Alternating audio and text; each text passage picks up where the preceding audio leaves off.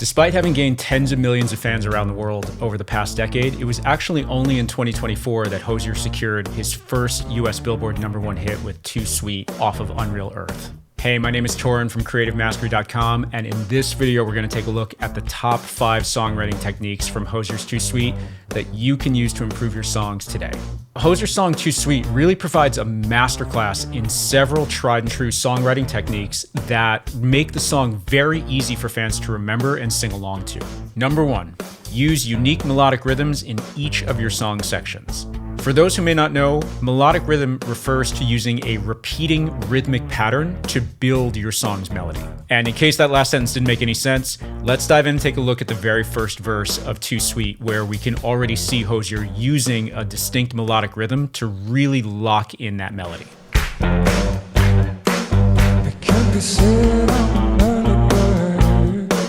It's 10 o'clock before I say a word. Baby, I can never tell. How do you seem so well? Did you catch it? Here, let's remove the lyrics and the pitch from the melody so that we can really hear that melodic rhythm that Hozier's using in that first verse of the song.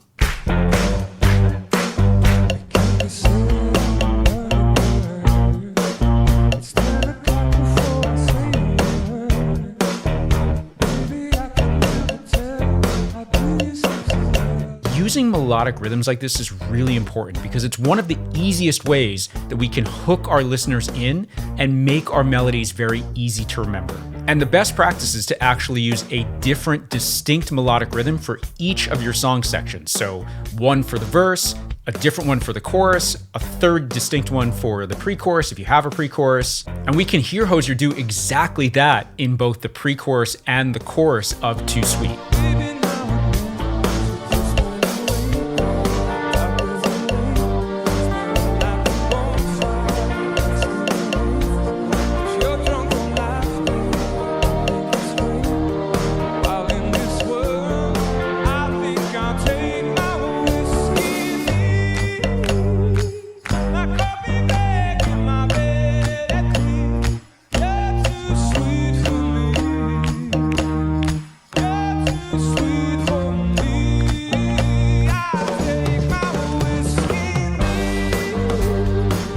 Number 2, use a pickup melody to emphasize your chorus downbeat. A pickup chorus melody is when the chorus melody actually begins before the downbeat of the chorus. This songwriting move is already very powerful for announcing the arrival of the chorus, but we can actually make it even stronger, number 1, by having the downbeat of the chorus be the last syllable or word in our lyric phrase, and number 2, by having that final downbeat go up in pitch. And in Too Sweet, we see Hozier using all of these techniques to lock in the arrival of that chorus melody for listeners. While in this world, I think I'll take my whiskey. Number 3, include a breakdown chorus. A breakdown chorus involves playing the chorus of your song, but with stripped back instrumentation. For example, the drums might stay in, while the rest of the band, like the guitars, piano, keyboards, are muted.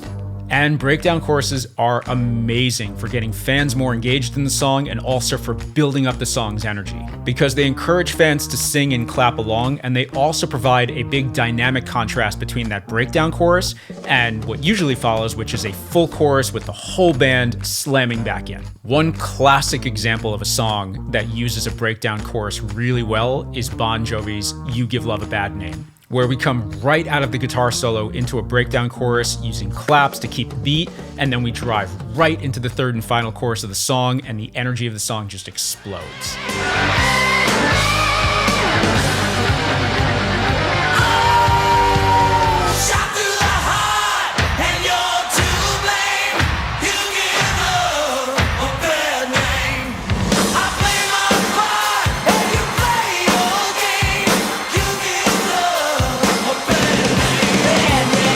Now, Hozier uses a breakdown chorus in Too Sweet, but he actually does something even more interesting.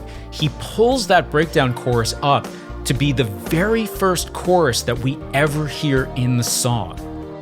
While in this world, I think I'll take my whiskey. My coffee black in my bed at 3. You're too sweet for me.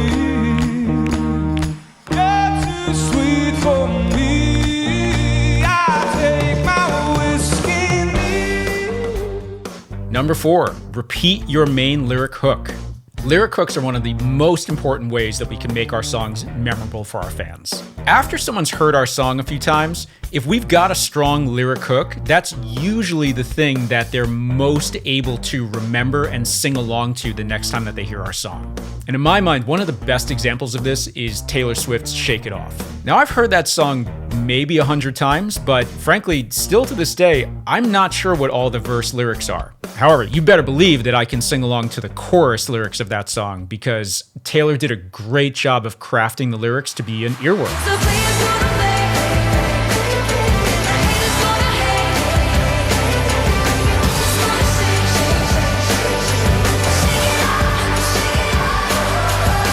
Now, when you've written a really great lyric hook for your chorus, one of the best ways that you can supercharge it is to repeat that lyric hook multiple times.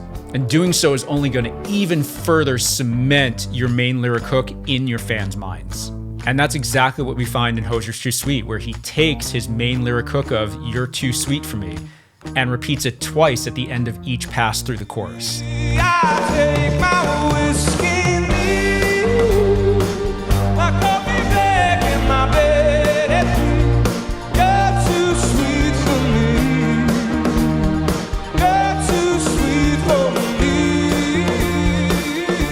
Number 5, include a post-chorus to lock in your chorus's melody.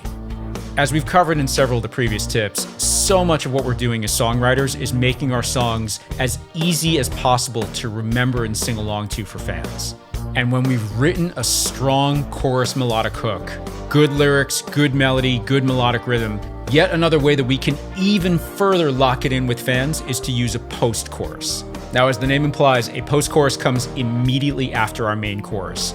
They usually don't introduce new lyrics, but instead either further emphasize the chorus's melodic hook that we just heard, or introduce a slightly new melodic hook that just provides even more for fans to latch onto. And a great example of a song that really expertly uses a post-chorus is Rihanna's Umbrella.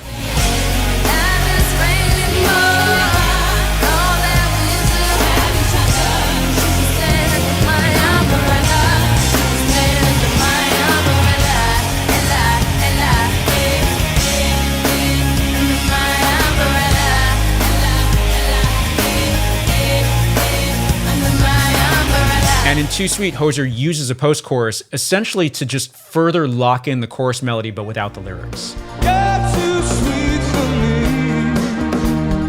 You're too sweet for me.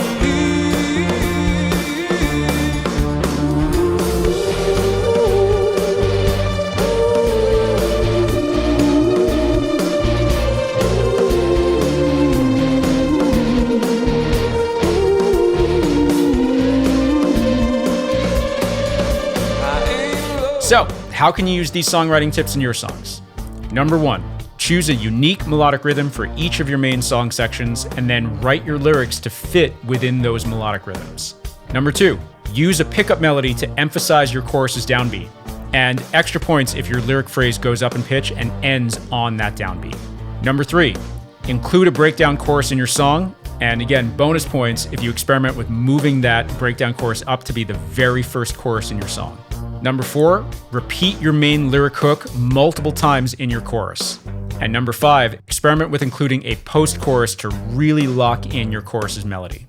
As always, have fun playing around with these ideas. If you have any questions at all, let me know in the comments, and I will see you in the next video.